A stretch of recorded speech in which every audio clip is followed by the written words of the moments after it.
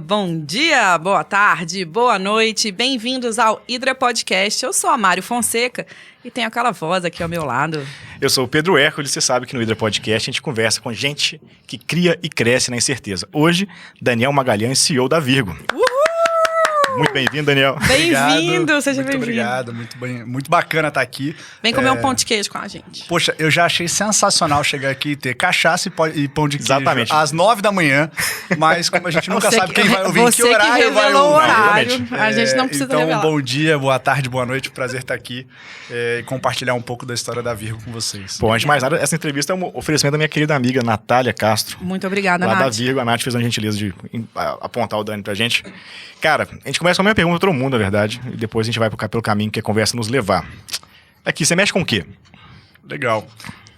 Eu acho que, como todo anticarreirista, e esse é um livro que eu recomendo para todo mundo, acho que quando você pergunta o que eu mexo, com dica aí, ó. É difícil, porque eu acho que a nossa carreira hoje é cada vez mais multifacetada, né? Então, acho que hoje eu mexo com diferentes esferas, então uma de apoio ao empreendedorismo como investidor e mentor. Isso leva um pedaço relevante da minha felicidade, porque eu me realizo nisso.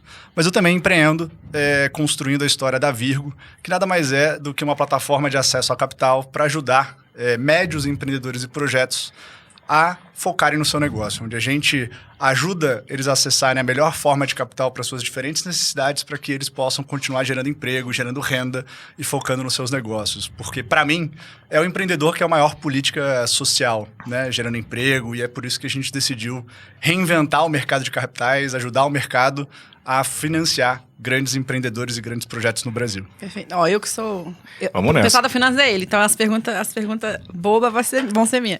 O que você quer dizer por plataforma de financiar empreendedores? Legal. Eu acho que, cara, essa pergunta é super legal porque a gente ainda está construindo esse sonho, a gente ainda está caminhando nesse movimento, mas eu tenho uma história muito longa dentro do mercado de capitais, dentro dos bancos de investimento.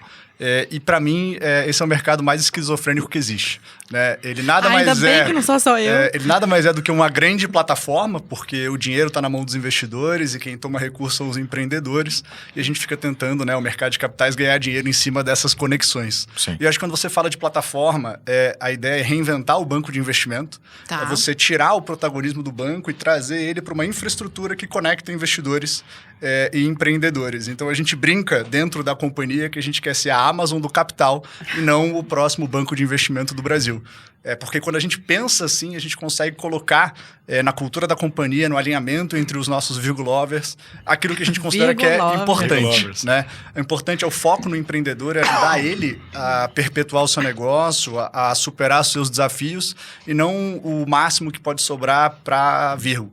Né? Então, quando a gente pensa em plataforma, essa ideia de fato de construir um universo de buyers e sellers de capital para as mais diferentes necessidades e entregar dentro da experiência na Virgo que isso seja tão simples quanto o one click da Amazon. Perfeito. Que é outra coisa que a gente fala bastante lá. Desafiador. Como que a gente tira esse estigma do mercado de capitais de ser complexo, de ser pouco transparente, de ser desafiador e torna isso o one click da Amazon. Quando vocês começarem a ir pro espaço, você me liga, entendeu? Quem sabe Você um me dia. dá uma ligada. Dá um rolê. Não, acho que eu Tem posso... os outros empreendedores que vão por esse caminho, né? Começam aqui e vão pro espaço. Então, por que não? Por que não, Por que né? não? Não, acho que vale assim, pra turma que, tem muita gente que nos escuta que talvez não tá acostumado com esse assunto do mercado de capitais de cara. Pois assim. vai traduzindo. Acho que vale assim, dar uma mini introdução histórica. Não, seria bem breve, mas é legal. Porque é o seguinte, que é basicamente assim, o negócio que é uma das maravilhas do nosso querido sistema capitalista é o seguinte, a gente descobriu, sei lá, 300 anos atrás que o cara tem um negócio, tem uma boa ideia, sei lá, é bom de fazer pão de queijo, é bom de pegar o barco e comprar cravo na Índia. E para fazer essas coisas todas tem que ter dinheiro. Ele pode não ter dinheiro na hora que ele precisa para fazer o que ele quer fazer. Então, ele vai acessar dinheiro de terceiros. Né? O capitalismo, a mágica das empresas é essa. O cara vai lá, ou ele vai vender ações e vai conseguir sócios que vão dar dinheiro para a empresa fazer as coisas que ela quer fazer, ou vai pegar dinheiro no banco, dinheiro de quem tem e vai tomar uma dívida. Isso é muito simples, mas é basicamente isso. Principalmente as dívidas ferradas que vai pagar. Assim, e aí sim, e qualquer pessoa que tem, a gente tem aqui nosso querido Lucas lá, que tem, nosso querido, ele é dentista e tal, ele tem lá uma máquina bacana que ele usa para tirar a foto e tal, ele pode ter grana e comprar como dinheiro dele, ou ele pode acessar o mercado de capitais, no sentido grande, né? Que é, ir no Banco do Brasil e pegar uma dívida que é também mercado de capitais no certo sentido, é pegar dinheiro dos outros para financiar o próprio negócio. Perfeito. Beleza. E o banco de investimento é o que é isso? O que é isso? Aí vai, o que o banco de investimento tem a ver com essa história? Vai. Legal. Acho eu acho que assim, quando eu olho para o mercado, eu já fiz esse papo algumas vezes, principalmente para quem está entrando na Virgo, porque a gente tenta trazer para a Virgo um conceito que eu escutei do David Vélez, do Nubank, né? Se você quer fazer diferente algo, você tem que ter 95% de pessoas que não vêm do seu segmento e 5% que entendam muito para garantir que você está compliance, mas os 95% para perguntar por que não podia ser diferente. Né? Então, isso é uma coisa que a gente pratica. Então, na Virgo, a gente tem esse desafio de, além de tudo, sermos concorrentes do mercado de capitais com quase ninguém vindo dessa indústria. Então, a gente faz esse papo... especialmente se você quer mudar a experiência, que foi o caso do Nubank, isso faz todo sentido. Você tem que pensar diferente, né? E aí, o que a gente fala? O que eu falo para as pessoas que chegam? Eu acho que a gente tem o fluxo de capital, ele sempre vem de quem tem dinheiro para quem precisa de dinheiro. E existem diferentes caminhos para que isso seja feito. No que eu chamo de mercado financeiro, o investidor deposita esse dinheiro no banco e o banco decide para quem ele vai emprestar, em que juros ele vai emprestar e, ao mesmo tempo, também toma o risco desse tomador, desse empreendedor não pagar, enquanto que o investidor comprou aquele título do banco e corre risco do banco. Então, um mercado onde o investidor tem um retorno limitado contra o banco e o banco faz o que quiser com o dinheiro dele. O mercado de capitais ele vem exatamente para tirar a figura do banco e empoderar o investidor, porque em muitas vezes o investidor ele está mais próximo da decisão de investimento, então ele pode comprar diretamente as ações ou o título dessas empresas, ou ele pode contratar um terceiro para fazer essas escolhas para ele. De qualquer forma, ele está mais próximo do retorno e do risco desse investimento, e aí os bancos de investimento eles se especializaram em intermediar essa relação, porque os investidores não têm condição de analisar infinitas oportunidades, então os bancos de investimento eles passaram a servir como um filtro, né, como um gatekeeper, né, como um portão de acesso para esses empreendedores, para os investidores.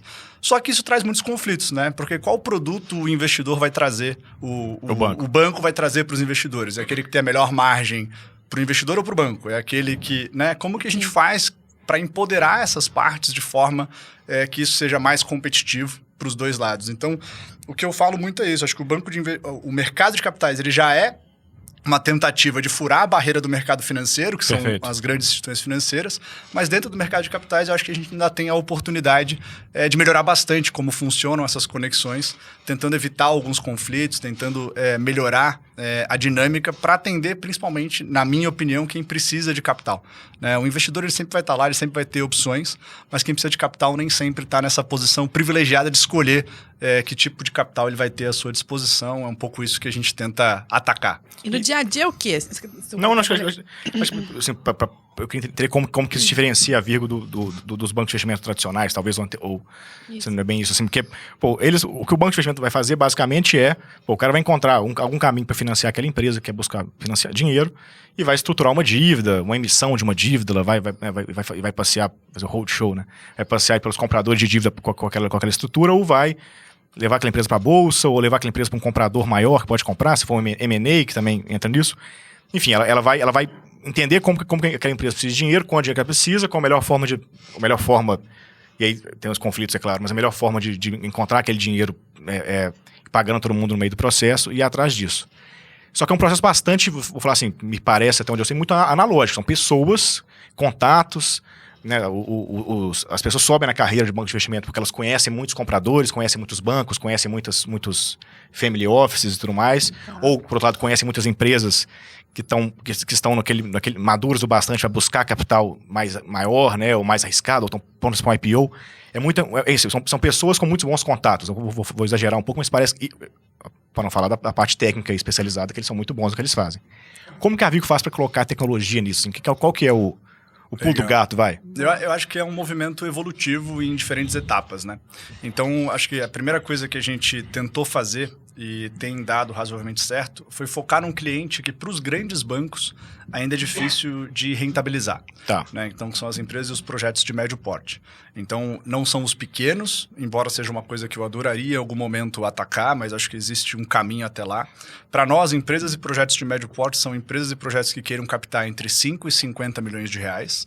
Portanto, elas estão acima do que as fintechs, na maioria dos casos, atende, porque as estruturas de crowdfunding, de peer-to-peer lending têm dificuldade de fazer captações acima de 5. Perfeito. Por outro lado, está abaixo do patamar que os bancos de investimento tradicionais estão visando. Disputando com VC aí.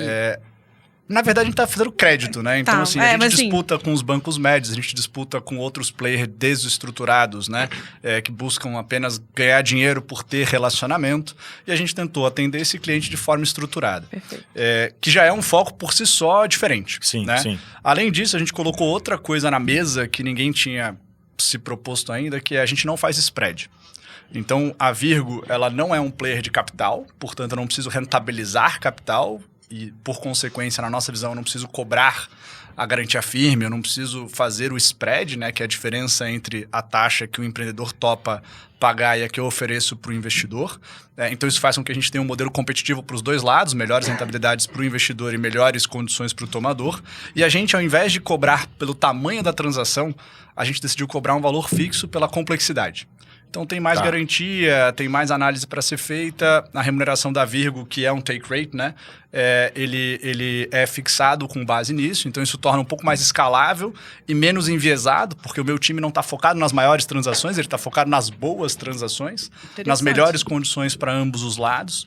E a gente entendeu que o nosso cliente ele precisa de ajuda para cumprir as suas próprias obrigações. Então, diferente de um banco de investimento tradicional que faz a transação e sai, a gente se obriga a fazer todo o monitoramento e o acompanhamento dessas operações, prestando reports para os investidores e mantendo o relacionamento com o tomador, porque o cliente médio ele precisa desse guidance, né? Além do que, a gente acredita que Quando esse você fala o cliente, nesse caso... A empresa. A empresa. O meu cliente é a empresa e o projeto. Exatamente. Perfeito. Isso é uma coisa que o investidor ele é um grande enabler desse mercado. Mas ele é cliente de quem faz a alocação de capital.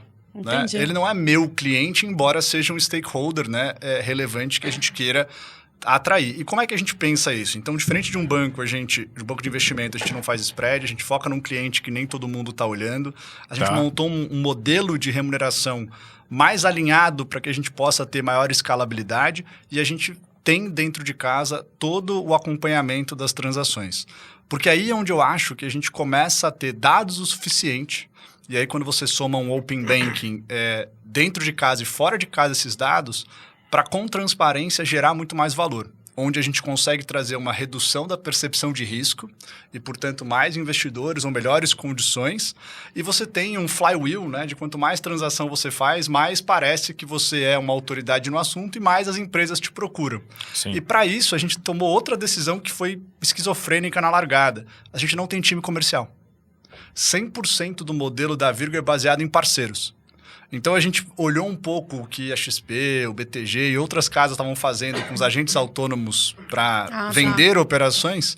A gente falou, poxa, esse movimento de originação, até pelo meu cliente não está em São Paulo. Se eu quiser replicar uma originação de um banco tradicional, vou ter que ter gente no Brasil inteiro. Sim, sim. E essas pessoas vão ter que ser de confiança do meu cliente. Então, por que eu não atraio para a Virgo pessoas de diferentes segmentos que queiram monetizar a sua própria rede de relacionamentos, trazendo clientes para passarem pela plataforma da Virgo?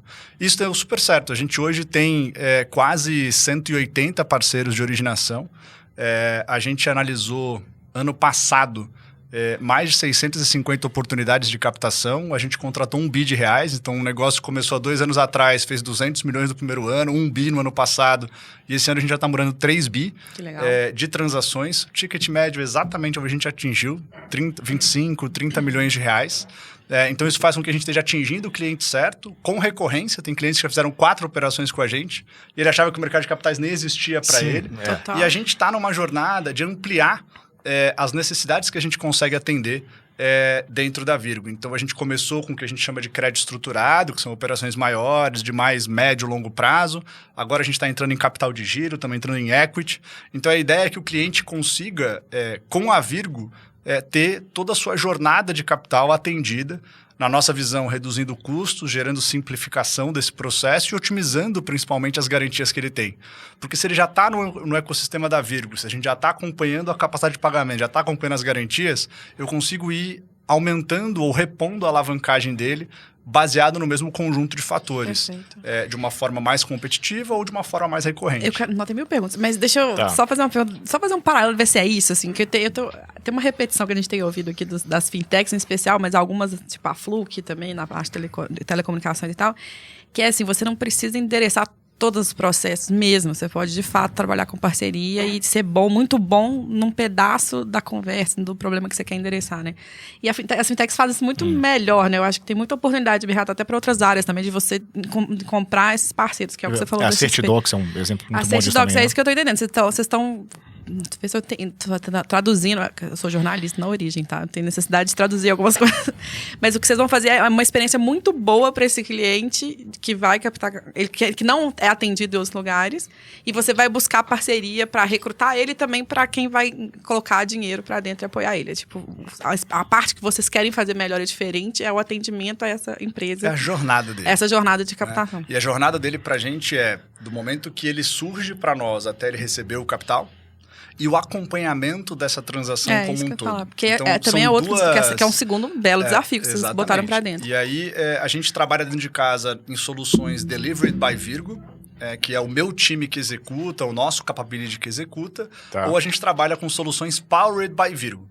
Que são entregues por empresas que a gente compra a participação por meio do nosso Corporate Ventures, ou são empresas que a gente assina parcerias para elas oferecerem produtos dentro da nossa base de clientes, porque o fluxo de relacionamento está ficando bastante intenso.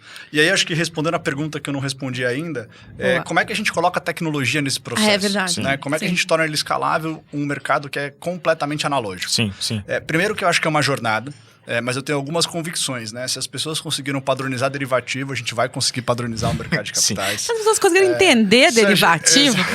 Se a gente conseguiu fazer tanta coisa no B2C, não é possível que a gente não consiga fazer no B2B, mas obviamente que o jogo de força ele é um pouco mais robusto no mercado que a gente está. Né? Então, o que a gente acredita? A gente acredita que a tecnologia ela vai entrando aos poucos nesse processo para gerar escalabilidade e, com a escala, a gente conseguir gerar competitividade nesse processo, mas ainda vai ser um negócio powered by people por um bom período. Tá? Então, assim, a gente não está na jornada da Virgo para 3 anos e um flip. A gente está na jornada da Virgo para 30 anos e um impacto no mercado, na forma como o mercado se estrutura. Mas o que vocês poderiam colocar em tech? Então, assim, a gente vê tecnologia em 2 verticais, processos e dados. Então, assim, acho que no lado de processos, a gente tem ótimos exemplos de várias ferramentas de escala no processo de análise de oportunidades. Então, hoje, você nunca teve tanto acesso à informação e, obviamente, tanta engenharia de dados para conseguir fazer o assessment das transações de forma escalável. A gente, esse ano, faz 2 anos que a gente está nesse projeto da Virgo, a gente hoje tem dados o suficiente para começar a devolver propostas comerciais low touch. Não, com um CPF, com um CNPJ, a gente consegue fazer todo o crawling de dados, que são o que a gente chama dos risk alerts, né? Então, você consegue integrar com diferentes bases de dados ou fontes de informação para fazer um fast due diligence desse cliente ou dessa garantia. Provavelmente deve ser mais fácil rejeitar do que achar os bons, né? Com certeza. E aí vale exatamente o aprendizado de que a gente tem desses 2 anos para conseguir não ver o alerta e simplesmente declinar aquela transação. Você tem que aprender a contornar, porque o nosso cliente, cara, invariavelmente ele não é tão fácil de compreender quanto o cliente tradicional. A segunda etapa é toda a modelagem da transação. Então, hoje tem diferentes empresas e a gente está seguindo esse caminho que, com poucas informações de faturamento, de balanço, já consegue gerar um fluxo de caixa, consegue devolver para o cliente, dado o assessment de risco e a modelagem dele, que tipo de transação é possível. Hoje a gente brinca que ainda não é o que a gente quer de one click, mas a gente tem sentido que a gente entrega a devolutiva para o cliente em 2, 3 dias e o cliente fica esperando outras casas, porque ele não está acostumado com essa agilidade de chegar para ele uma proposta de 30 milhões de reais tão rápido. Então, todo o relacionamento com a rede e toda a análise de oportunidades, a gente acha que tem uma escala gigantesca. Hoje a gente está conectado em 260 investidores e a gente está buscando antecipar todo o processo de análise deles, para que quando eles recebam uma operação indicada pela Virgo, ela já tenha passado por 80% do processo de decisão. Uns 20% vão sempre estar na mão desses investidores, porque eles que estão alocando capital. Então, essa é uma jornada que a gente vê tecnologia de uma forma relevante. A estruturação das operações, acho que para o Pedro seja mais transparente, a gente tem uma carga analógica muito grande, os contratos não são padronizados, são 2 advogados contratados, a diligência, né, levantar informação super robusta, eu tenho que fazer a precificação, tenho que integrar com a B3, e aqui a gente vê que tem bastante coisa legal acontecendo que a gente pode introduzir. Certidocs é um exemplo ótimo, Sim. Né? Então, assinatura, registro de forma automatizada. A gente hoje é um dos maiores clientes da B3, tem tido uma relação muito grande com eles para troca e integração. Na parte de diligência, você pode acessar uma Docket, uma empresa parecida para... O que eu brinco com o meu time, e a Nath está liderando muito isso, que trabalha comigo, que me apresentou o Pedro, é que não necessariamente a gente precisa tornar o processo digital, mas a gente tem que tirar o esforço da mão do cliente. Não, mas é sensacional, assim, porque nada que você falou, pelo menos assim, né? Posso estar perdendo um pedaço, mas nada que você falou é uma tecnologia, não é uma AI aqui do Pedro que a gente entrevistou, que precisa fazer cenários malucos. O que você está fazendo é tirar do analógico, que ainda é uma etapa... É a primeira etapa, né? Primeira etapa do universo de tech, que é maravilhoso, assim. A gente sempre fala que digitalizar caro, ainda é uma tendência. Mas custa caro e precisa de foco, porque você abre mão, eu e o Ivo, que é meu sócio, como acionista da companhia, a gente abre mão de resultado para tentar promover essa mudança, né? Então, isso eu acho que é uma das grandes fortalezas da Virgo. Porque nós somos acionistas que queremos olhar para o médio e longo prazo. Mas só para deixar claro aqui, porque a gente muitas vezes brinca que o empreendedor fica com assim, vou fazer uma inteligência artificial, vou trabalhar em blockchain, né? E às vezes a inovação ainda está em digitalizar, simplificar o processo e tal. E para mim ainda é uma frente absurda de oportunidade de negócio também. E a gente tem a terceira etapa, que então a primeira é toda o onboarding, análise de oportunidades, a estruturação, o setup das operações e toda a parte de monitoramento. Isso, né? Hoje a Virgo, acho que grandes números que são relevantes, a gente hoje monitora 45 bilhões de reais. Em 315 transações, mais ou menos, com um fluxo mensal, trimestral, anual de pagamentos, que são colateralizados por mais de 120 mil recebíveis, por mais de 4.500 matrículas, né? E todo esse processo, aqui sim a gente pode aplicar tecnologia em escala de dados, né? Como é que a gente automatiza esse processo para... que é o que eu brinco, a gente possa monitorar essas operações segundo a segundo e transformar esses dados em informação. Porque hoje tem alguns segmentos que a gente atende, e eu trago alguns exemplos que são legais, por exemplo, segmentos de frigoríficos, né? A gente tem na carteira Minerva, JBS, que são empresas públicas. Além disso, eu posso pegar os dados da Marfrig, que não é meu cliente, mas é pública. Sim. A gente tem 3 clientes privados que eu acompanho. Eu analisei outras 8 empresas desse segmento nos últimos 12 meses. Sim. Somada um pouco ao Open Finance, talvez a gente seja um dos players com maior nível de informação desta cadeia. Perfeito. E aí, como é que eu pego esses dados... informação qualificada. Qualificadíssima. Que é e aí, como é que eu pego esses dados e comparo para um investidor um novo entrante nesse mercado que queira acessar capital? Pô, mas o cara não conhece o cara, não conhece o segmento. Mas eu tenho dados o suficiente para empurrar essa informação de uma forma qualificada, reduzindo a percepção de risco. Então, tem sim um processo que eu acho que é de emprego da tecnologia para conseguir fazer isso em escala, né? A gente... Por mês, a gente deve ter cerca de 1.000 a 2.000 eventos que a gente tem de monitoramento. A gente ainda não é perfeito, eu faço questão de falar isso, acho que os investidores, os clientes que nos acompanham nesses últimos 2 anos têm sido heróis, porque assim como várias empresas que crescem, a gente dobrou de tamanho nos últimos 2 anos, cara, fica muito pratinho semi-acabado, então eu só tenho que agradecer aqui a todo mundo que nos acompanhou como cliente, como investidor. Cara, a gente saiu, quando eu cheguei em novembro de 19, nós éramos 30 e poucas pessoas, hoje a gente está em 110, estamos com 30 vagas em aberto. E tem sido uma jornada super interessante. Mas eu acho que o time para esse ano está nesse setup aí até 150 pessoas, a depender de alguns movimentos estratégicos que possam acontecer. Acho que vale assim, tentando aqui ilustrar e talvez se faça sentido. Mas, o que eu entendo assim, o mercado de banco de investimento tradicional, você acaba tendo nas grandes casas, que fazem muito bem o que elas fazem, você vai ter alguém que vira um super especialista em agro.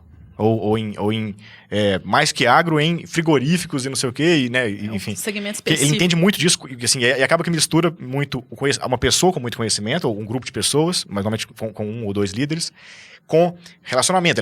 Essa pessoa acaba conhecendo o diretor da Marfrig, da BRF, não sei o quê. Então mistura muito relacionamento com muito conhecimento técnico, e esse mercado analógico, digamos, fica fica nas mãos dessas poucas pessoas. O que você está falando eu posso pegar dado e uma parte do que esses grandes especialistas conhecem, eu posso começar a fazer com dado. Exatamente. Não tudo, claro. Então um pedaço que, enfim, sempre fica lá a genialidade dos grandes, enfim, de quem sabe pensar operações diferentes, tem um monte de coisa que é mais difícil de fazer por enquanto, imagino.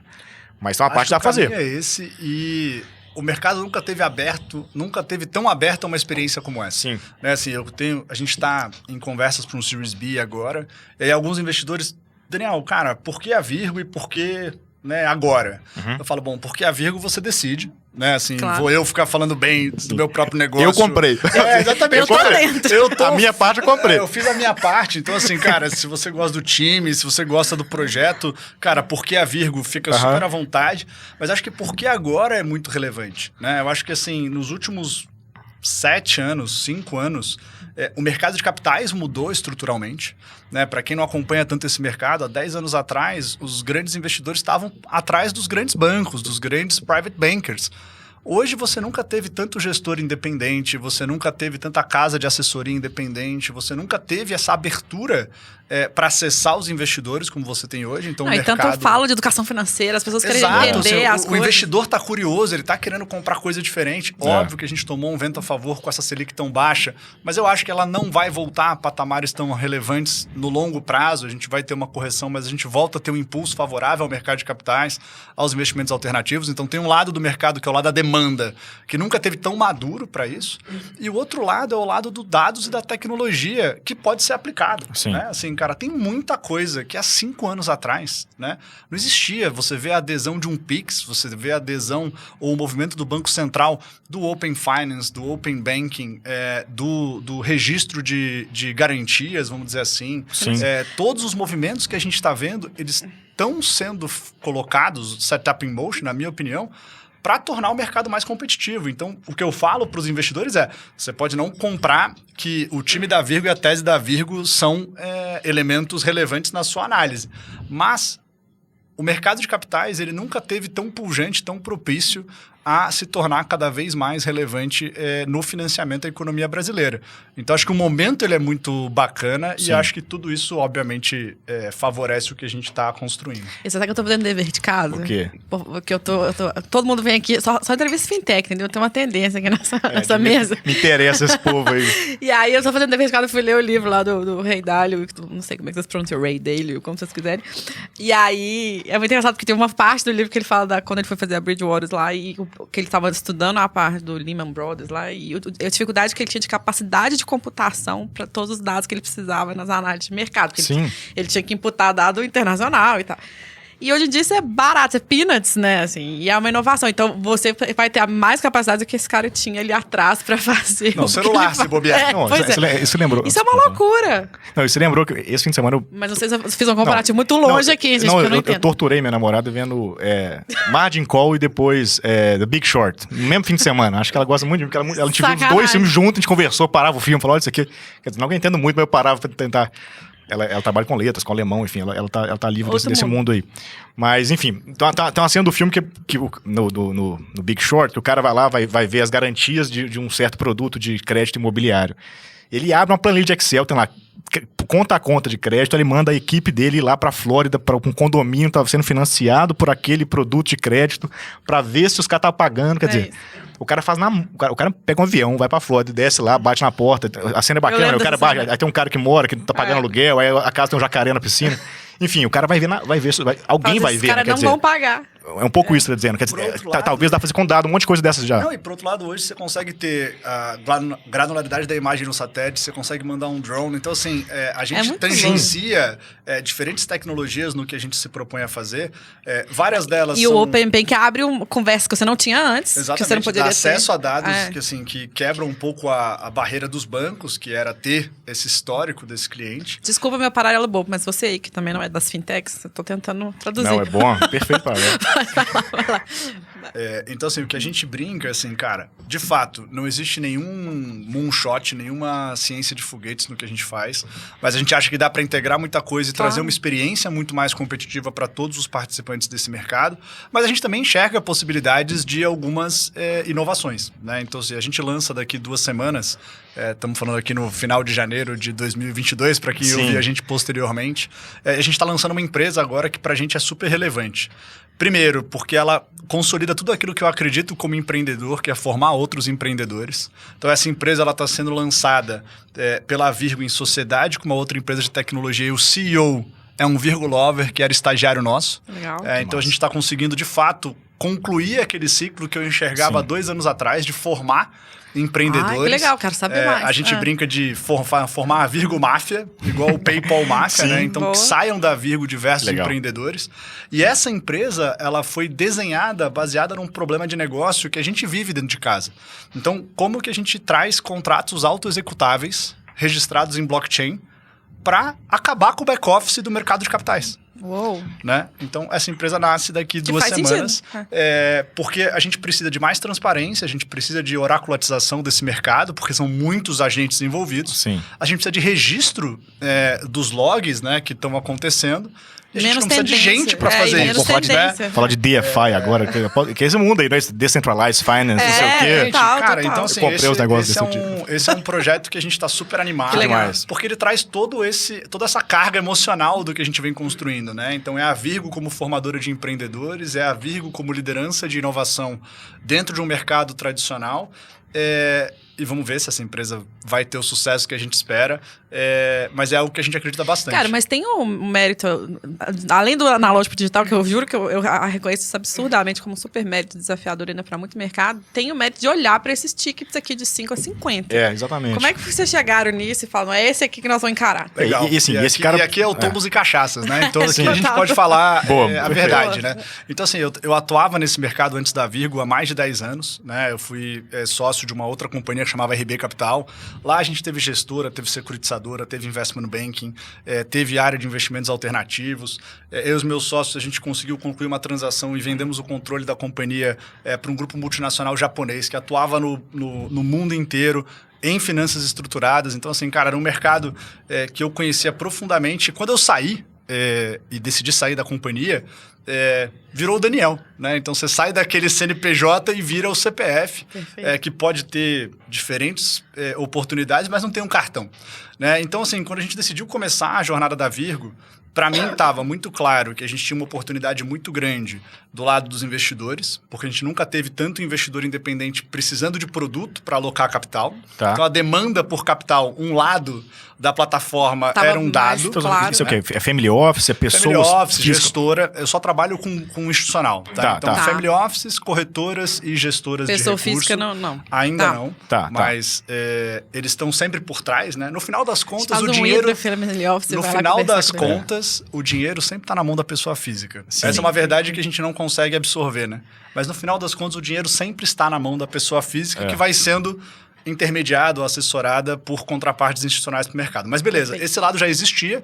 E para gerar produto, você tem 2 caminhos. O mercado de derivativo, né, que é o mercado financeiro, ou a economia real. E eu sempre fui um cara de economia real, né? E aí, quando você olha para a economia real, você tem 3 espectros de empresa. As grandes, as médias e as pequenas. As grandes, o CPF do Daniel não ia fazer a menor diferença, né? Como é que eu ia chegar? Não, tô aqui montando uma empresa nova e... me dá um mandato aí para eu captar dinheiro para você. Alô, é da Vale? Vocês querem fazer uma mina nova? Exatamente. Eu ajudo. Cara, não ia rolar. E as pequenas empresas, como eu tenho um lado... Fala de Vale, nós não podemos falar de como eu tenho um lado investidor em fintechs, um investidor em outras startups, eu sei que tem muita gente olhando para isso, né? Para bancarizar ou para financiar as pequenas empresas. Exato. E as médias empresas, para mim, que na minha qualificação são essas empresas que querem captar de 5 a 50 e que faturam de 100 a 700 milhões... Esse cara, quando ele quer acessar capital, ele acha que a Faria Lima não é para ele. Ele vai no banco dele, ou na Factoring, ou vai no agiota, ou vai em soluções na região dele que não são desenhadas para ele, customizadas para ele, ou o melhor que ele poderia absorver. Só que, por outro lado, ele não se importa de quem é o Daniel. Ele topa correr esse risco, né? Por N razões, seja por desinformação, seja porque o site é bonito e ele confia, seja porque a gente ou tem porque esse ele tá olhando um assessor de negócio confiança. que é de risco e ele tá topando já de antemão, né? O tomador, né? Então, assim, óbvio que é muito legal contar a história de trás para frente, mas a verdade entre tombos e cachaças é que era um entering point relevante, né? Era o lugar onde a gente podia começar com só o CPF. Né? Mas tem um mito que é interessante, assim, porque a gente vai sair com alguns estudos recentes aí que estão para ser publicados, mas existe esse ticket, especificamente é exatamente esse, existe demanda, nós temos clareza, dinheiro. O desafio é a outra ponta, é onde colocar esse dinheiro. Por isso que eu queria entender, assim, tipo, eu entendo que pra vocês talvez seja ter sido mais fácil captar esse dinheiro pra investir, mas pra achar esse negócio, como é que você começou a achar esses caras que estavam nesse tamanho e que tinham Quem conhece esse cara ele tem conta na Caixa, sei lá, no Goiânia, e ele vai no foi dele foi aí que a gente apostou em ter uma rede de parceiros, né? Virgo de originação, vamos chamar assim.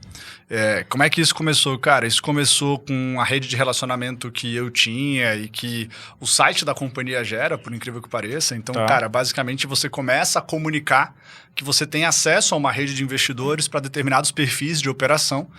E isso vai acontecendo organicamente. Então, hoje eu tenho dentro da Virgo um time só de relacionamento e capacitação de parceiros de originação que trabalham exatamente... Só 180 que você falou. Exatamente. Tá. Entidade de classe, cooperativa. Cara, muito cooperativa, pouca entidade de classe cooperativa, mas basicamente nossos parceiros são outros escritórios de negócio, né? Então, formados por diferentes perfis de pessoas que tentam monetizar a sua rede de relacionamento. Perfeito. Escritórios de advocacia, escritórios de contabilidade, brokers imobiliários, porque afinal de contas eles sabem quem comprou e quem vendeu, quem tem imóvel, quem não tem. Quem tem liquidez, né? Quem tem liquidez e quem não tem. Dinheiro Depois começou a surgir uma parceria muito grande com os próprios agentes autônomos de diferentes casas.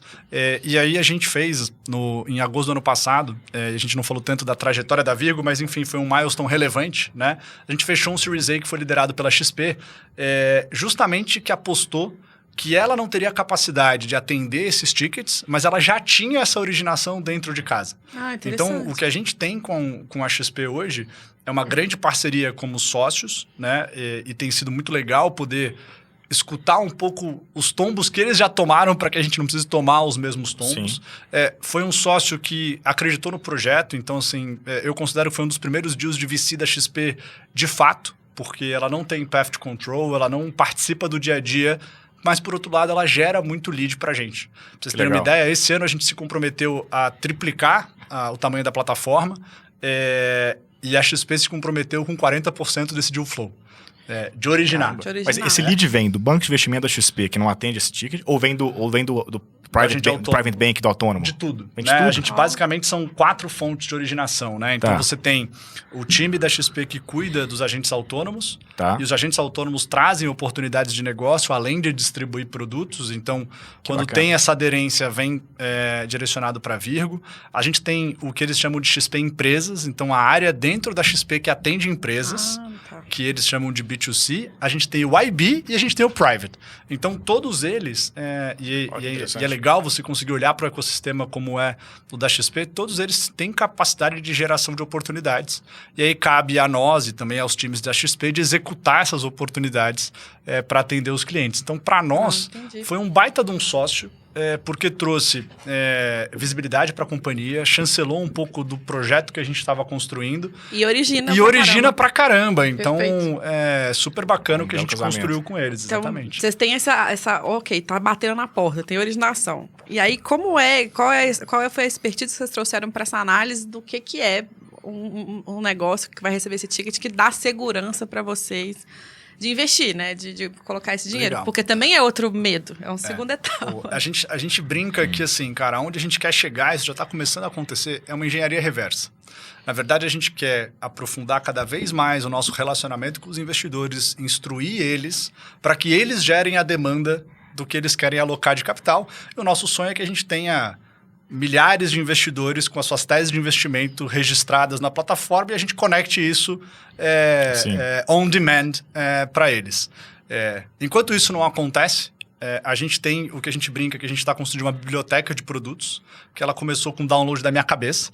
Então, os primeiros produtos eles eram todos parametrizados pelo Daniel e a gente instruía a nossa rede de parceiros para originar exatamente dentro daquele playbook que a gente chama. Então, o que a gente está tentando trazer para o Investment Banking é uma tese de startup. Isso. É uma tese de máquina de vendas. Né? Onde os primeiros playbooks eles foram da cabeça do Daniel, da minha biblioteca, e 2 anos depois, a gente começa a ter playbooks dedicados à demanda dos investidores. Ano passado, a gente teve, em agosto, foi o primeiro investidor, cara, ele falou, cara, nessa tese, vocês podem alocar 200 milhões de reais. Então, a gente começou a girar essa máquina onde a gente não precisa ser gestor de recursos, mas eu começo a ter uma demanda estabilizada para os nossos parceiros trazerem oportunidades. Então, assim, eu ainda acho que tem muito para ser feito nessa jornada, mas basicamente a gente está criando uma biblioteca de playbooks, e esse aí que a gente chama de esteira comoditizada. Então, assim, cara, encaixou nesse playbook, pode rodar, que a gente já consegue fazer o assessment, o leilão de taxa, etc.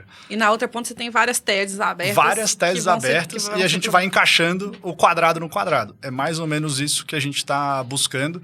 E a ideia é que a gente consiga ter cada vez mais teses, cada vez mais proximidade com os investidores, processos cada vez mais azeitados, para que a gente chegue no one click do acesso a capital. Nós dá para fazer uma análise maravilhosa de quais são as tendências de demanda de mercado com essas teses, exatamente. Entendeu? E fazer uma pesquisa eles querem investir, né? O que eles estão querendo? O que está faltando? O que tem? Me fácil. Fico curioso com essa parte de... Assim, o leilão de taxa que você falou, né? Que é uma parte importante também da originação lá, desculpa, do Debt Capital Markets. Do cara que faz dívida em banco de investimento, é isso. Tentar ver qual é o preço daquela dívida, como é que paga. Como que acontece isso de forma mais...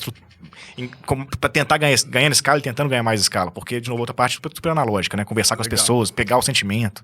Eu acho que tem dois movimentos. Primeiro, a gente ainda não faz leilão. Tá. Porque eu acho que o leilão atrapalha o processo do one click, né?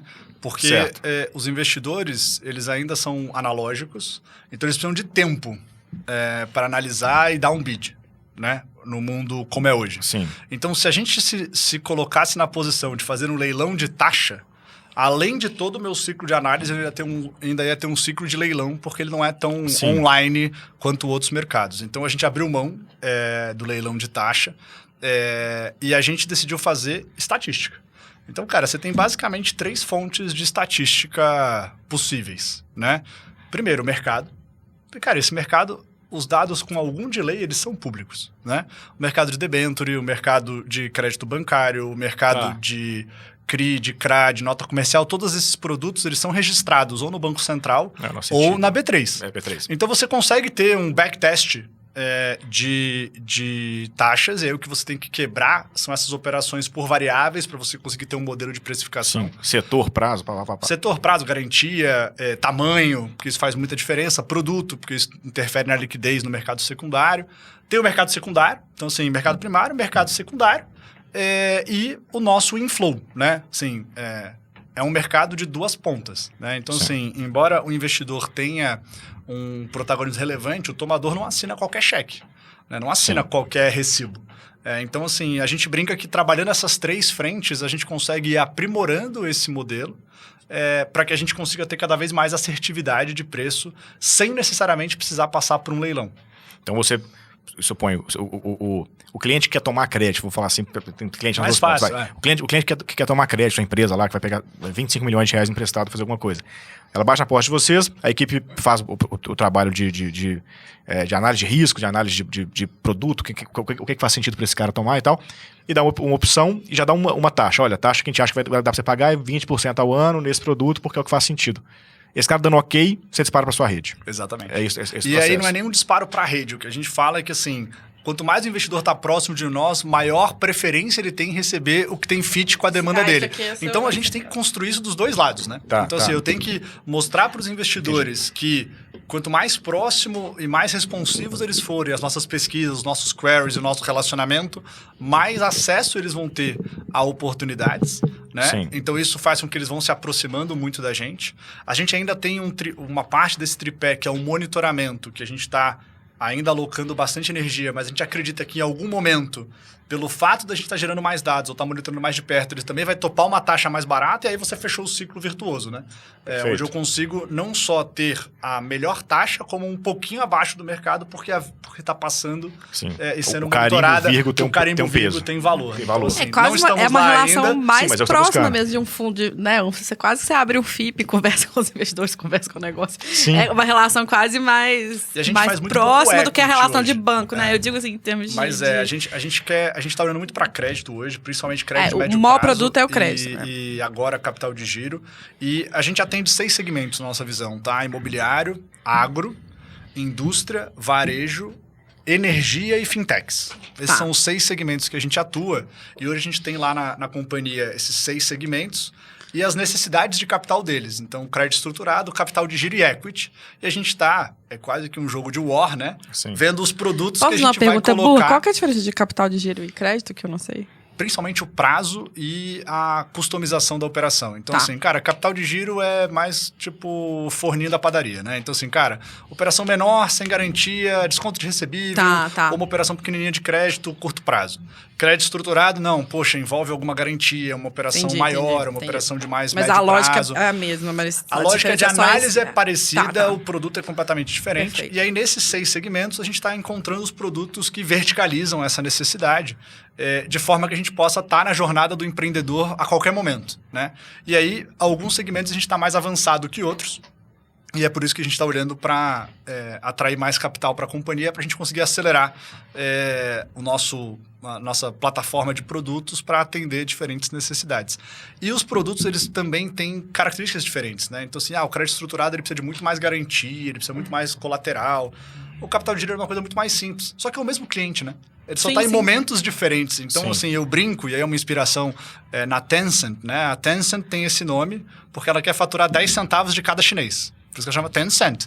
E aí o cara está comprando empresas e desenvolvendo produtos para beliscar centavos de cada chinês. long tail total. A gente brinca que a gente tem que caminhar a mesma jornada. Então, assim, cara, o cliente já está dentro de casa.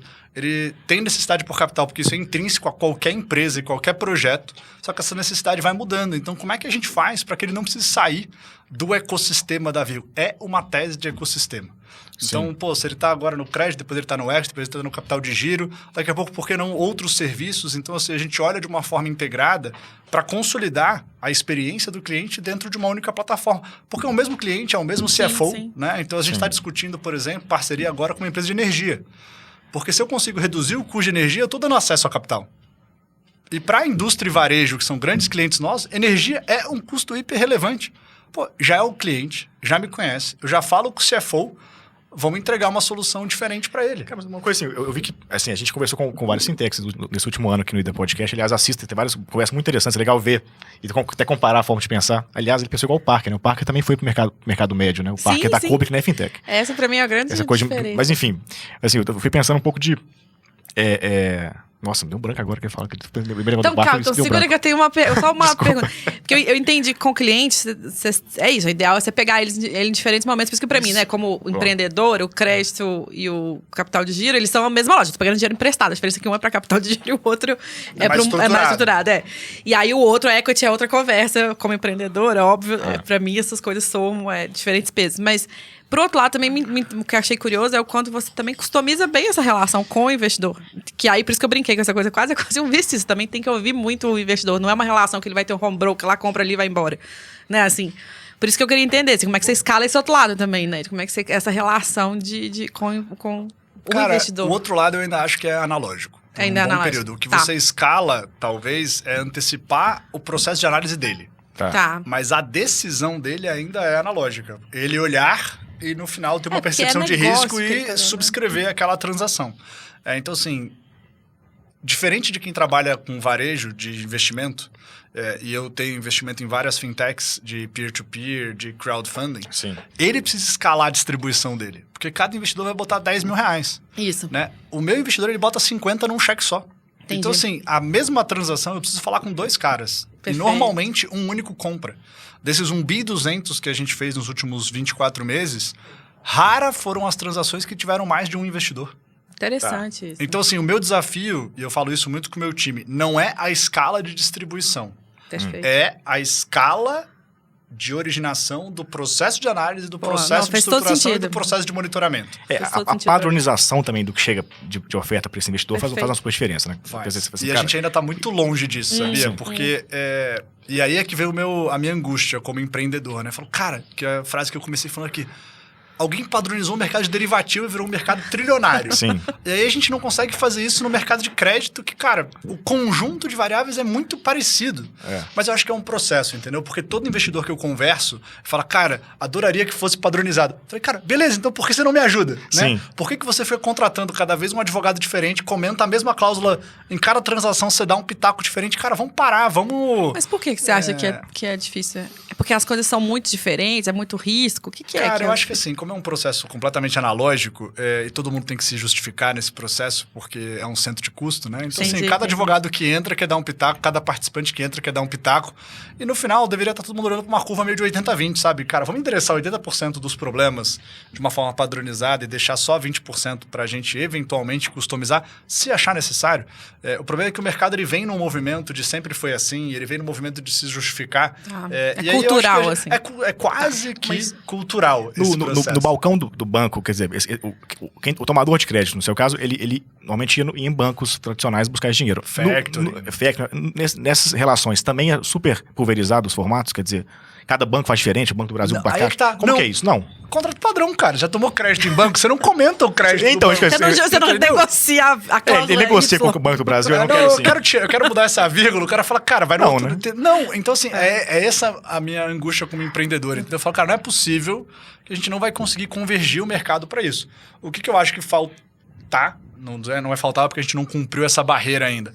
Falta relevância, falta transparência, falta diálogo, falta costura para que isso seja possível. E assim que o mercado começar a ver que dá para ser mais rápido, mais barato e mais escalável, talvez ele faça um movimento de adesão a essas teses, né? Então é um processo. A gente acredita, a gente joga muito da porta para dentro e não tanto da porta para fora.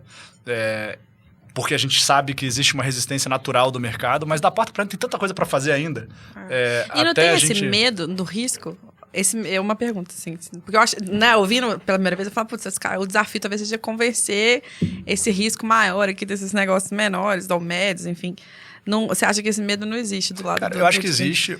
E aí, quanto mais investidores entrarem nesse mercado, quanto mais informação a gente tiver nesse mercado, quanto mais histórico, mais fácil vai ficar de padronizar. Entendi. Porque você tem aqui, 5, 6, 7 vezes, 7, 8 evidências, começa a virar estatisticamente relevante, pode abrir mão disso, vamos padronizar nisso. É um pedacinho da carteira da casa que está alocado nesse tipo de coisa já há 10 anos, aí putz, beleza, faz parte da carteira de investimento. Por isso que eu acho que é um processo, entendeu? Beleza. E a gente...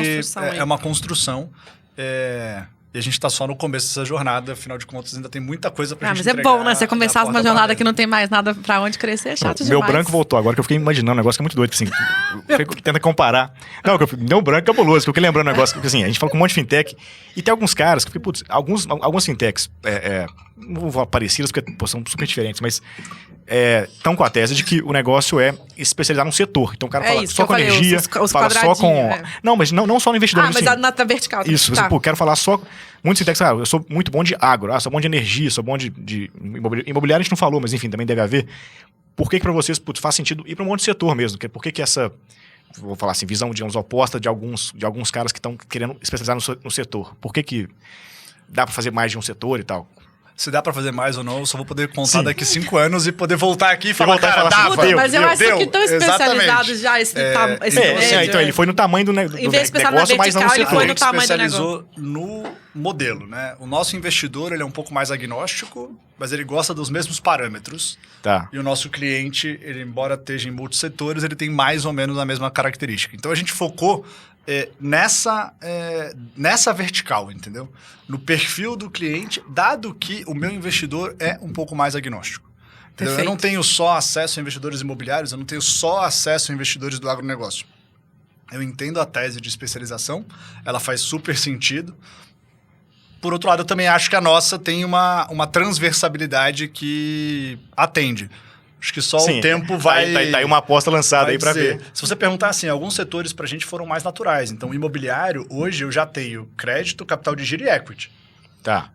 Por outro lado, energia, eu estou começando a entender o crédito. Então, assim, mesmo na nossa grade de setores, a gente tem diferentes níveis de maturidade. Perfeito, então, entendi. Não posso excluir de que a gente também decidiu verticalizar. Mas quando eu bati, eu falei, cara, já podemos abrir um outro, porque o meu produto é um pouco mais transversal, entendeu? Entendi, você vê que cabia, fiz em água, dá pra energia, enfim, não foi bem essa ordem, mas enfim, você viu que foi cabendo. Que no final é crédito, entendeu? É crédito, entendi. E a gente trabalha muito com crédito corporativo, eu não tô tanto no projeto. Então, assim, quando você fala de uma fintech de agro, o cara tá financiando o produtor rural, ele tá correndo o risco do cara plantar no ano que vem de novo, daquela colheita não dá certo. A gente olha um pouco mais os CNPJs ou CPFs maiores.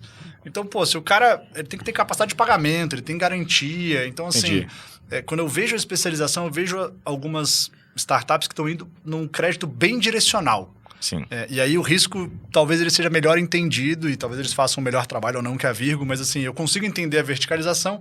Por outro lado, eu também vejo, assim como outras soluções de investment banking, que elas são mais agnósticas. Sim. Não o necessariamente... tradicional, em geral, é assim, dos grandes bancos. Eles pegam todos os setores e mandam bala. Não Exatamente. E dentro de casa tem equipes, naturalmente, que se especializam em cada setor quando necessário, né? Mais ou menos por aí. E aí, antes de abrir outra avenida, eu queria só... A gente já falou, você falou um pouquinho, a meta aí é 150 pessoas na Virgo. Como é que vocês estão Isso não é meta, né? Meta de pessoa é difícil, né? Não, mas assim, enfim. eu acho que tem espaço para isso. Vocês estão com 120, estão com 30 vagas abertas. abertas. Com 110, estamos com 30, 40 vagas em aberto. Perfeito. Quantas pessoas que são hoje na sociedade? Na sociedade hoje, a gente tem, vamos dizer assim, 4 perfis, né?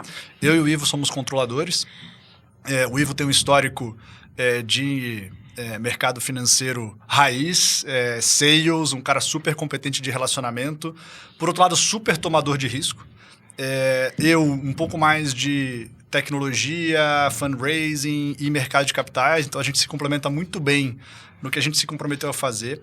A gente trouxe a XP, ela tem uma participação minoritária. Então, esses são os acionistas de fato da companhia. Tá. Por outro lado, a gente tem um stock option plan, de até 18% do nosso capital na companhia, onde hoje a gente já tem mais de 30% da companhia como nossa sócia. Que legal. Então, assim, Legal. a gente... isso foi uma coisa que eu aprendi na minha história. Acho que as pessoas têm que participar da geração de valor. Elas têm que participar independente do estágio de maturidade com a gente e do nível de senioridade. Então, desse conjunto de 27 pessoas que estão no nosso Stock Option Plan, cara, a gente já teve 2 tranches, a gente tem estagiário que está lá, a gente tem trainee que está lá, a gente tem gente que acabou de entrar e já está lá. Porque o que eu acho, e aí é uma convicção minha, Sim. né? Primeiro, tem que dividir para ter um bolo maior, né? É melhor ter metade de 100 muito do que do que 100% de 40, né? Sim. Então, eu acredito muito nisso. Isso foi uma coisa que eu sempre falei para o meu sócio que a gente precisava fazer. A gente está num mercado extremamente competitivo por mão de obra e a gente não vai pagar os salários. Quanto mais tech vocês ficaram, pior ainda. Os dois lados, né? Porque o investment banking paga bem isso, e o exato. tech paga bem. Já tinha umas finanças e tech, cara, assim, a vai gente somar está num bonito. lugar onde tem que ter um pouco de propósito, tem que ter um pouco de alinhamento. Perfeito. Eu acho que nisso a gente está fazendo bem feito. Legal. A gente tem tranches anuais desse LP, a gente está trazendo gente boa. Então, são 4 níveis de sócios, né? Eu e o Ivo como controladores, a XP como acionista minoritário e o grupo de empreendedores de Virgulovers que acompanham a gente. Então, mais ou menos, esse é o nosso. E aí vocês estão saindo para um arranjo. Series C, é isso que você Series falou? B. Series B, desculpa. A gente está discutindo um Series B agora. O que a gente entendeu? Até porque a história da companhia é engraçada. Eu não comecei a Virgo do zero, né? É boa. Você conta essa história. Sim, O CNPJ que deu início à jornada da Virgo, ele se chamava ISEC. Era uma empresa familiar do pai do meu sócio, que em 2015, mais ou menos, decidiu... eles trabalhavam em um dos negócios que a gente atua, que era o serviço de securitização para o mercado de capitais. Basicamente, é uma prestação de serviço exigida pela regulação brasileira.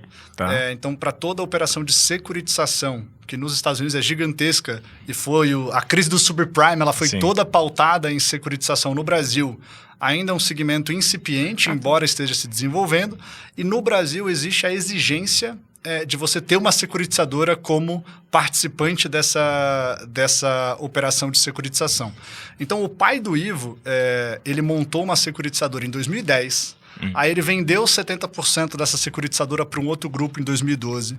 Não deu tão certo essa sociedade. Ele recomprou a securitizadora em 2015 e contratou um outro executivo para empreender o movimento de consolidação de securitizadoras.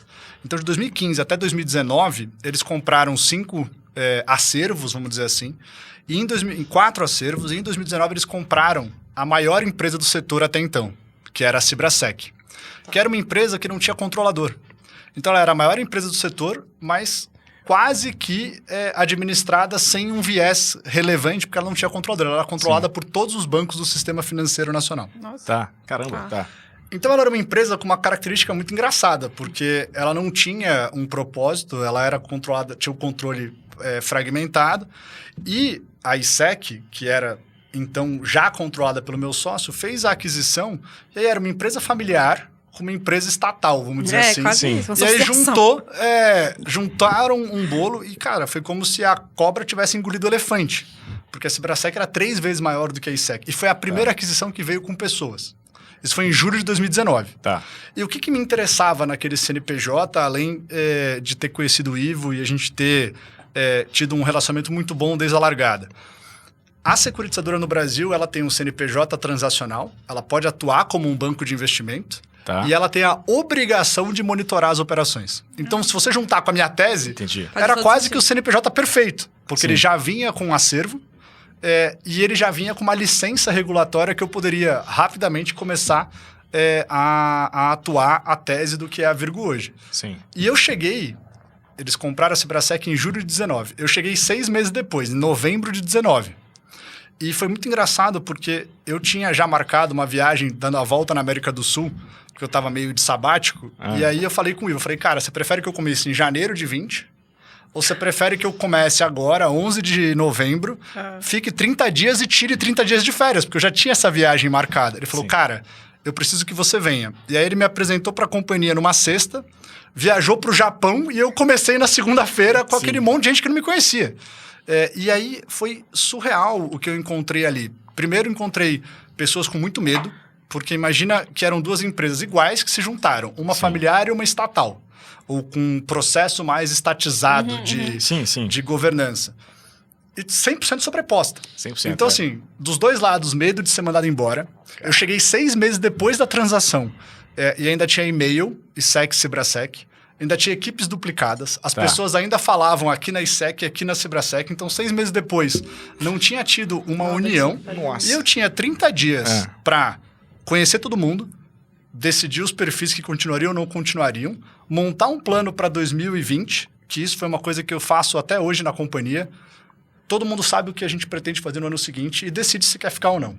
Isso, para mim, eu não sou responsável pela felicidade das pessoas, porque é um conceito desafiador.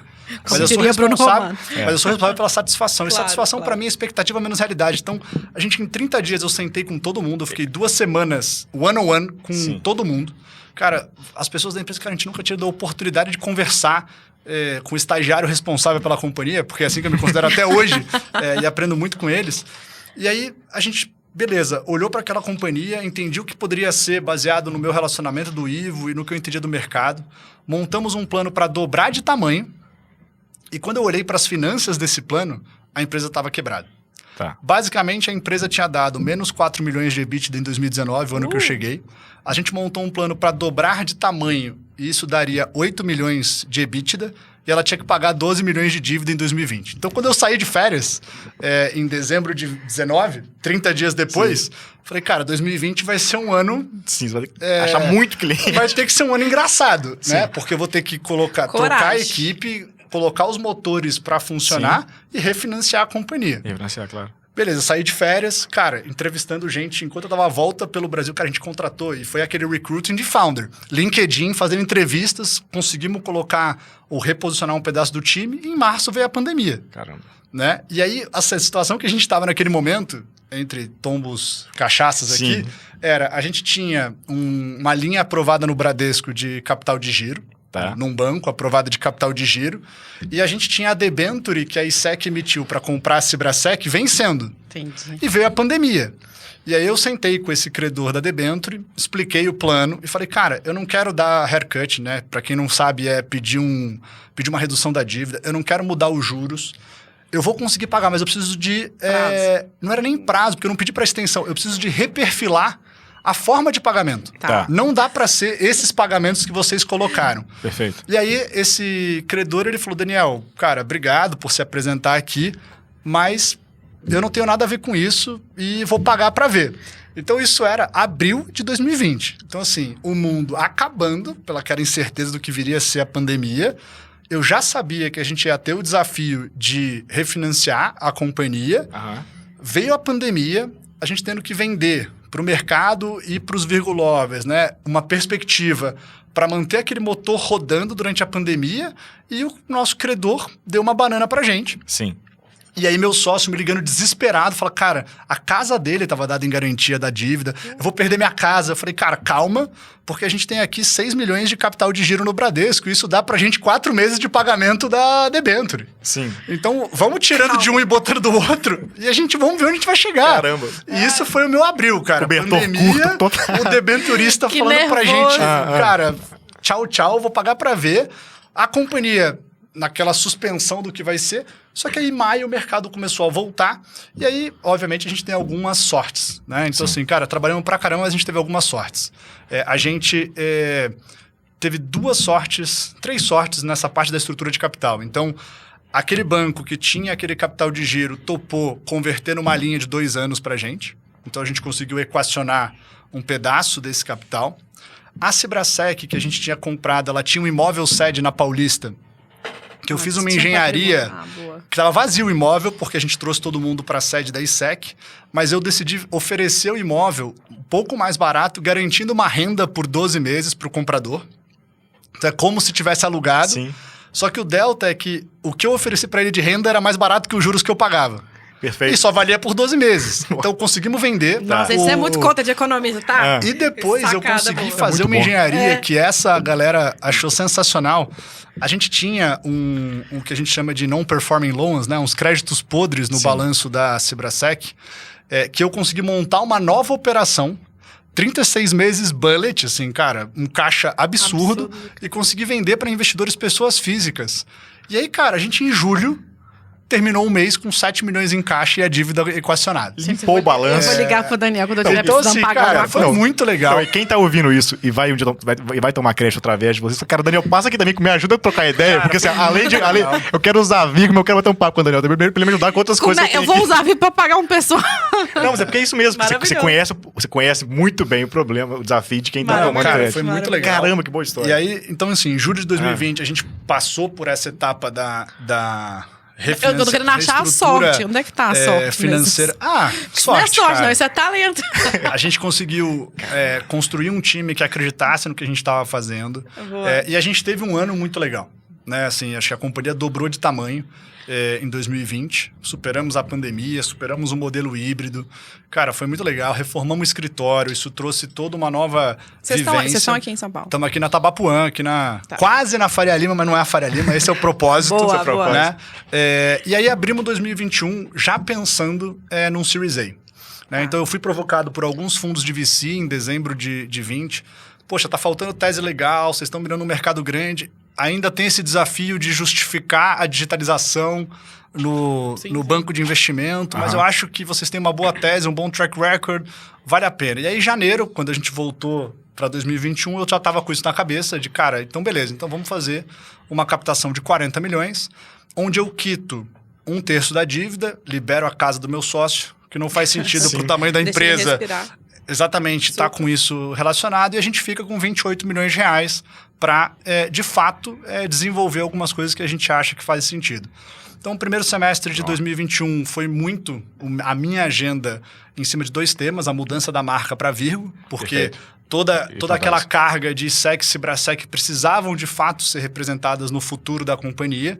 E a gente fez o lançamento em junho da nova marca, e foi muito legal, porque assim, cara, eu liguei para vários CEOs falando, cara, você já mudou a marca? Pode ser que eu não tenha falado com todos os possíveis, mas vários, Dani, a marca eu nunca mudei. Eu já fiz uma adaptação do logo, já fiz um encurtamento do nome. Pro Zuckerberg. Mas assim, mas ele fez agora. Depois ele me ligou. Você fez antes. Ele chegou, a Alphabet foi antes, né? Verdade, a Alphabet foi Então assim, ligado. mas, cara, dormir... A gente É dormiu muito numa difícil. sexta-feira Nossa. ISEC, Cibrasec, e na segunda-feira a gente acordou Virgo. E, cara, e não é que a gente acordou Virgo numa empresa que tem pouco cliente. Não. Cara, a gente acordou Virgo numa empresa que naquele momento já administrava 20 bilhões de reais. Então, assim, cara, muda tudo. E a gente fez, cara, um bunker dentro de casa. Cara, os Virgolovers estão de parabéns. Quais são todas as potenciais cagadas que podem dar nessa mudança? A gente tem muito pagamento para receber, a gente tem muito pagamento para fazer para investidor. A gente tem um monte de brand vinculado a várias operações no mercado. Cara, terça-feira...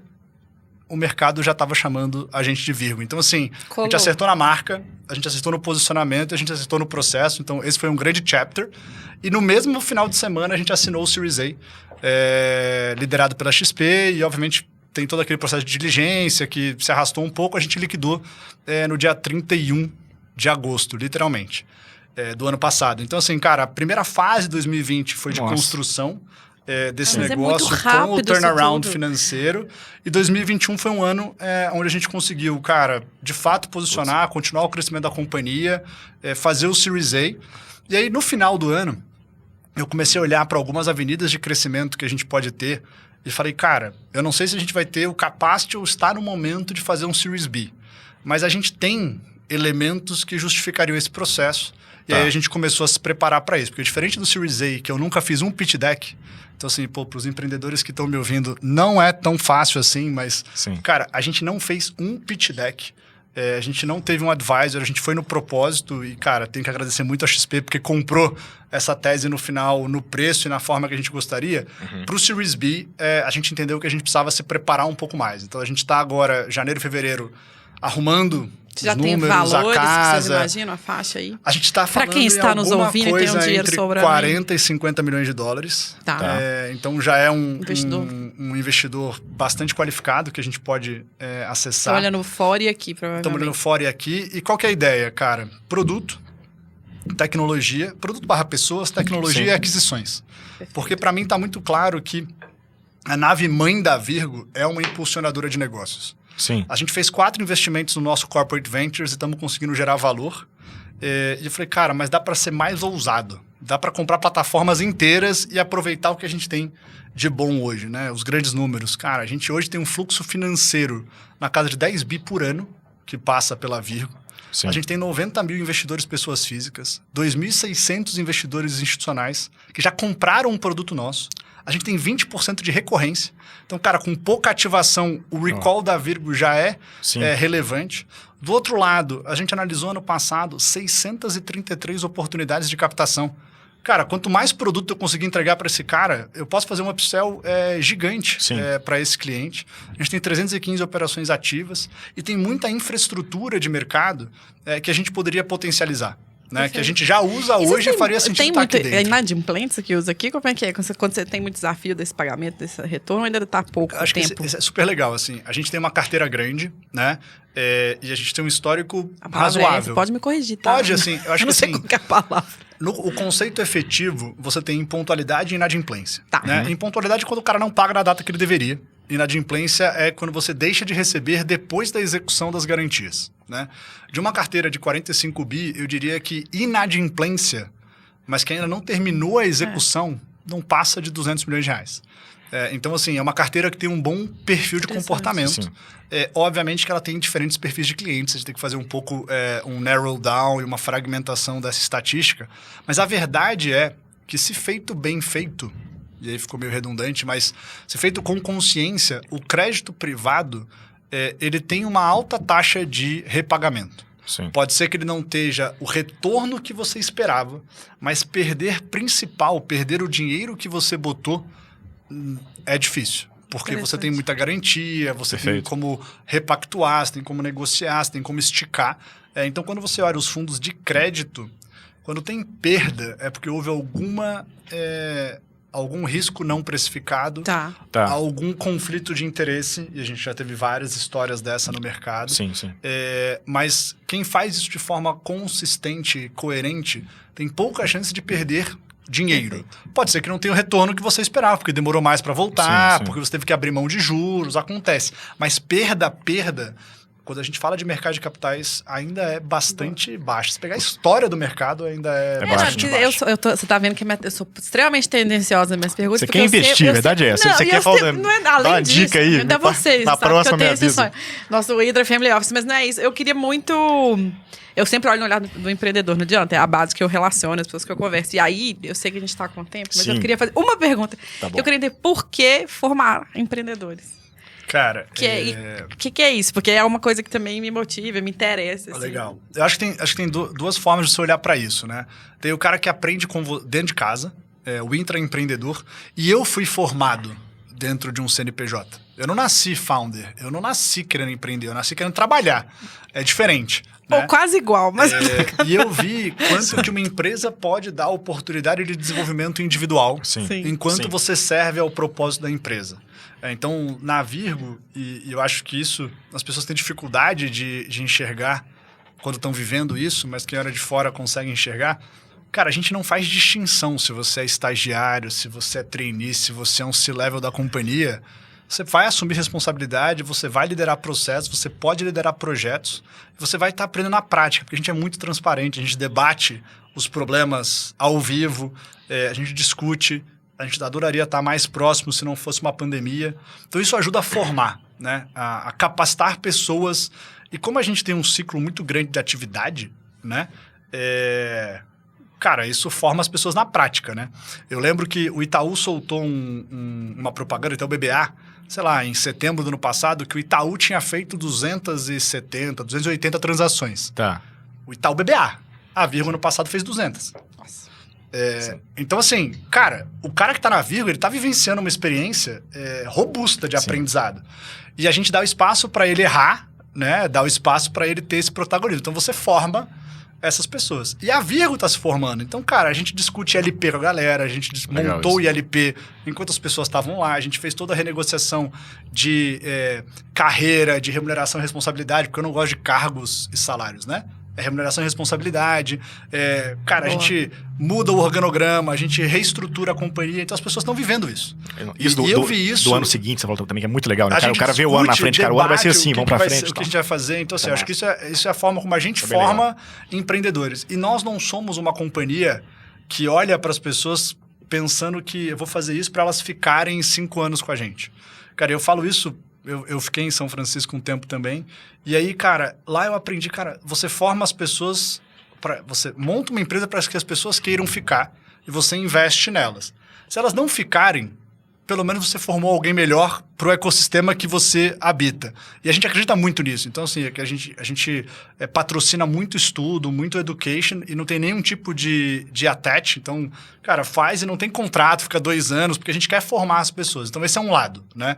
É formar as pessoas dentro do seu CNPJ. Cara, a gente deu acesso a mães de periferia que estão trabalhando no mercado de capitais, pessoas acima de 50 anos que foram reinseridas no mercado aqui dentro da Virgo. Então, isso é um lado do Daniel de como o CNPJ pode contribuir. E o outro lado, que é o Daniel investidor, que o empreendedorismo, para mim, é o maior programa social da história. Porque ele gera renda e emprego. Riqueza, então, assim, é o famoso, em vez de dar o peixe, ensinar a pescar. Só que, em vez de dar capacitação, dar capital ou mentoria para que isso seja alavancado. Então, assim, tanto eu pratico isso na pessoa física, eu não vou dizer em larga escala, porque cada um vai entender de uma forma, mas, assim, genuinamente. E, por outro lado, dentro da Virgo, a gente agora está conseguindo não só dar espaço dentro da Virgo, como o exemplo que eu comentei com vocês, a gente está montando uma nova empresa para atacar um problema grande, que o CEO vai ser um Virgulover que começou como estagiário com a gente há 2 anos atrás. E esse cara, dentro da Virgo, passou pela construção do time de tecnologia, pela construção dos primeiros produtos de tecnologia, pelo entendimento de problema, viveu a cultura da companhia. Ele entrou no meu primeiro programa de Summership. Quando eu recrutei na unha 4 pessoas, o Hugo veio do ITA e 3 vieram do INSPER, e eles sentavam num cantinho do escritório virado para a parede. Sim. E, cara, veio que vocês podem ajudar porque a gente precisa de braço. E ele tá com a gente até hoje. Então, assim, a gente consegue formar pessoas. Isso é muito legal. E a gente consegue dar oportunidade. Então, assim, quando eu falo de formar empreendedores, é criar neles essa vontade, é criar neles essa coragem e, sempre que possível, apoiar, né? Emocionalmente ou com recursos. Como eu faço na pessoa física, o a Virgo está passando a fazer mais agora com seus recursos corporativos. Não, quero o tema, pensem. O tempo está acabando. Nós vamos fazer uma entrevista com ele para outra coisa depois. Marca uma. O Daniel também como é mentor de outras startups fora do ecossistema também. Você tem essa participação. Você mencionou pessoa física por isso, né? Você é mentor de outros caras em outros lugares também, né? Exato. Boa. A gente faz uma entrevista como mentor, depois... Exatamente. Era um tema... Findings e mentoria. Tem um monte de aprendizado muito massa nisso também, né? Mas assim, acho que, Tombe Cachaça você falou. Esse 2020, 2021, acho que vale como... Não, mas é bom registrar. O seu Tombe a sua cachaça. Não tombe uma cachaça. Aquela virada de 2020 vale como sendo o maior tombo até agora? Ou tem mais coisa mais... O que você acha? Um tombo maior ou uma cachaça não, que você quer pontuar? Acho que, assim, A gente teve a sorte de não ter o tombo, né? É, porque sim, o tombo o tombo é um seria... tombo. É isso que eu acho. Mas a gente teve a dor de barriga.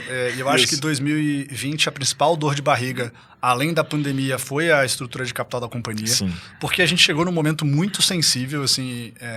não desejo isso para nenhum empreendedor. E sei que muitos empreendedores passam por isso. Então, a dica que eu dou é tenha calma, porque o desespero não ajuda em nada.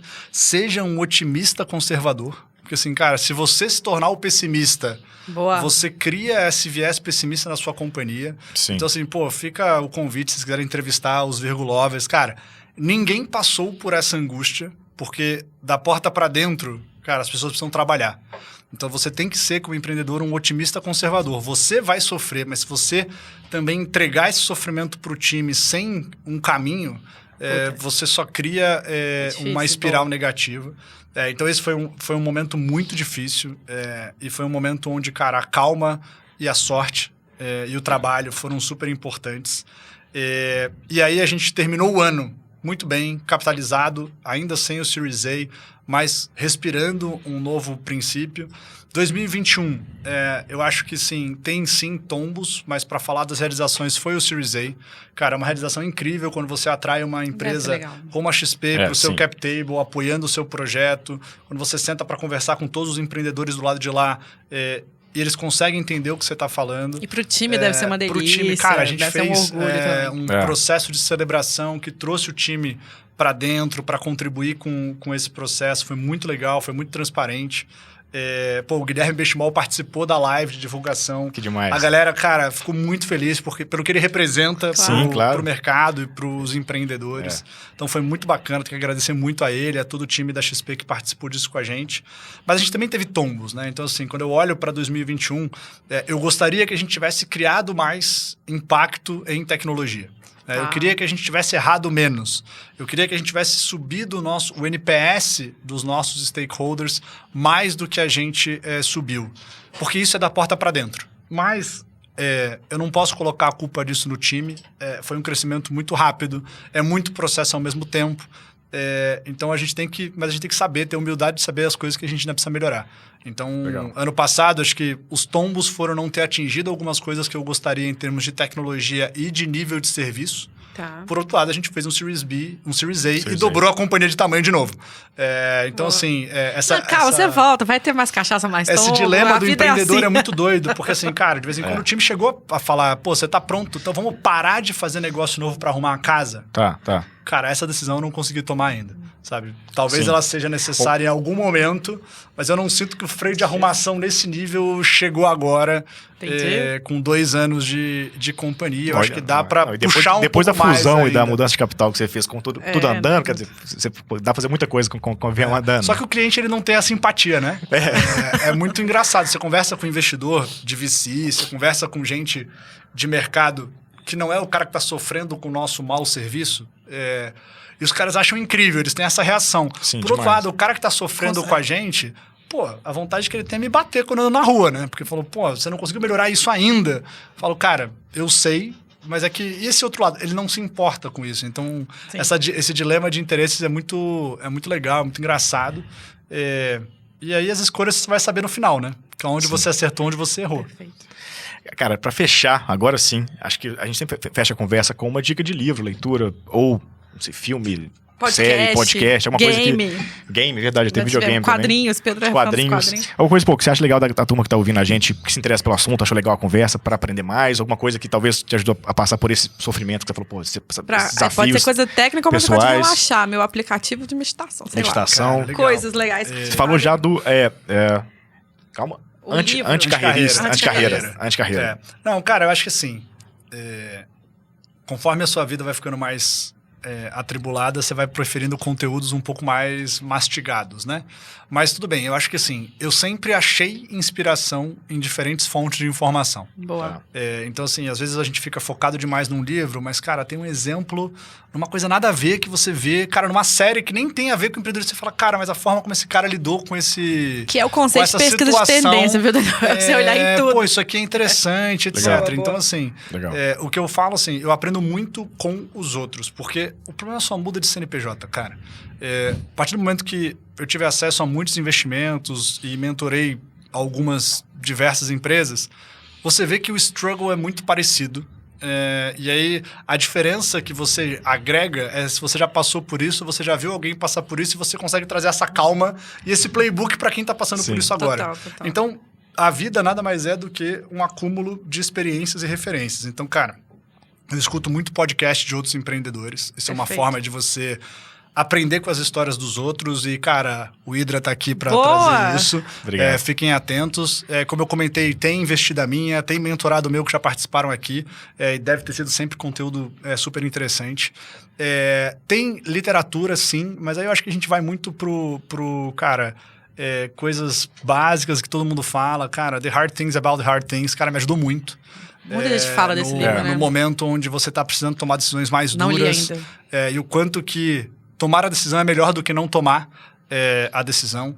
O Anticarreira, na verdade, foi no momento que eu estava saindo da RB Capital e pensando o que eu ia fazer. Eu fui revisor desse livro, mas ele fala exatamente da reinvenção. Em vez de você ter uma carreira estreita, você ter uma anticarreira ou uma multicarreira. Que você precisa... slash. Exatamente, que você precisa olhar, escrito pelo Joseph. Cara, e assim, eu tenho alguns lugares de inspiração que as pessoas acham muito doidas, porque empreender nada mais é do que lidar com pessoas. E lidar com pessoas nada mais é do que você conseguir interpretar um pouco, né, as intenções de cada um. Então, cara, eu assistia uns programas que ninguém entendia, né? Cara, Quilos Mortais, o Largados e Pelados, etc. Fala, cara, mas você gosta desse entretenimento? Não, mas eu gosto de ver os dilemas que essas pessoas passam e que as levaram a tomar aquela decisão ou tá ali. Porque isso ensina muito. Tô na fase série coreana, eu não posso falar nada. Tá vendo? Então, assim, eu acho que às vezes você tá vendo, cara, uma coisa nada a ver, um Game of Thrones, um Vikings, você fala, cara, como é que funciona essa dinâmica? Como é que funciona esse conflito de interesse? Cara, isso se reproduz na sua empresa, às vezes você vê a situação, tipo... Esse processo de decisão, você não precisa assistir o The Office pra entender, ou o Silicon Valley pra entender o que acontece. Cara, às vezes a inspiração tá num negócio nada a ver. Então, assim, cara, desde cara, eu tenho um enteado, então assim, cara, desde um desenho que você tá assistindo com ele, você fala, cara, esse negócio aqui ring a bell, sabe? Esse negócio... Então, assim, o que eu falo muito pros empreendedores primeiro, busquem referências, porque você aprende por osmose, porque o problema ele só muda de CNPJ, e esteja aberto a aprender com coisas que você nem imaginava, sabe? Situações das quais você absorve conteúdo e você fala, cara... Clicou. Isso aqui faz sentido no que eu tô vivendo. Legal isso. Demais. Boa. É olhar atento. Nós vamos trazer aqui o Murilo Gun que fala verdade. isso, assim. Olha o mundo como se fosse um comediante, debochando, desconstruindo as coisas, que a vida fica mais divertida e tem mais insight. Eu gosto muito. Cara, muito obrigado pelo seu tempo. Obrigado pela conversa. Fascinante. Bacana. Demais. De novo, Nath, muito obrigado pela gentileza de indicar o Daniel. Pô, cara, aprendendo pra caramba aqui hoje. Nem deu tempo de caber tudo. Nem falamos de tudo, cara. Bacana de novo. Obrigado mesmo. E, pô, parabéns pelo negócio, parabéns pelos desafios que você está enfrentando. Convite. Estaremos aqui, montem uma pauta diferente. O outro Daniel, né? Assim, exatamente. Um outro, tem muito, outro olhar. Daniel é investidor, Daniel mentor, tem muita coisa que a gente não entrou exatamente nisso, cabe entrar, mas enfim, é isso. Valeu demais, né? É isso. Galera, muito obrigado pelo tempo de vocês, mais um Hydra Podcast. Vocês sabem que quarta-feira que vem tem mais. Um abração, valeu.